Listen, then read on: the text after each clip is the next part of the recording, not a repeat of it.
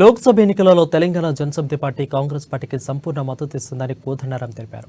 BJP 10 ఏళ్ల పాలనలో ప్రజా రైతు వ్యతిరేక విధానాలు అవలంబించిందని అన్నారు. ఒకవైపు ప్రజలపై అధిక పన్నుల భారం వేసి మరోవైపు దేశ సంపదను కొన్ని కార్పొరేట్ వ్యవస్థలకు కట్టబెట్టిందని మండిపడ్డారు.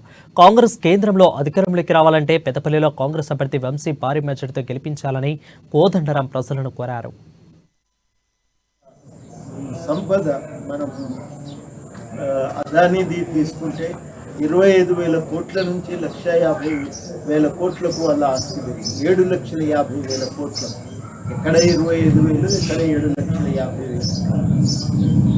అదేవిధంగా అంబానీ ఆస్తి 1,50,000 కోట్లు ఉన్నది, 7,5 లక్షలు పెరిగింది. అది కూడా 7,5 లక్షల కోట్లకు పెరిగింది. ఇది ఒకటి మనం గమనించాలి. కానీ ప్రజల మీద మాత్రం విపరీతంగా పన్నులు వేస్తుంది ఈ పార్టీ. అది జిఎస్టీ పేరుతో కానీ, లేదంటే పెట్రోలియం ఉత్పత్తుల మీద వేసిన పన్నులు కానీ 58 లక్షల కోట్లు. ఇది మనం మోస్తున్నటువంటి భారం. కార్పొరేట్ పన్నులు మాత్రం తగ్గించారు. అది విపరీతంగా వాటికి మినహా